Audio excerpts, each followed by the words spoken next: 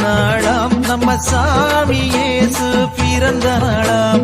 சந்தோஷம் தந்திடும் திருநாளாம் நம்ம சாமி இயேசு பிறந்த நாளாம்.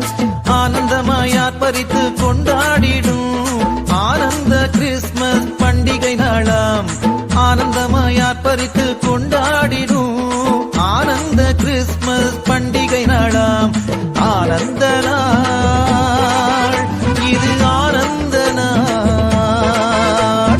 ஆனந்த நாள் இது ஆனந்த நாள். சந்தோஷம் தந்திடும் திருநாளாம் நம்ம சாமி இயேசு பிறந்த நாளாம்.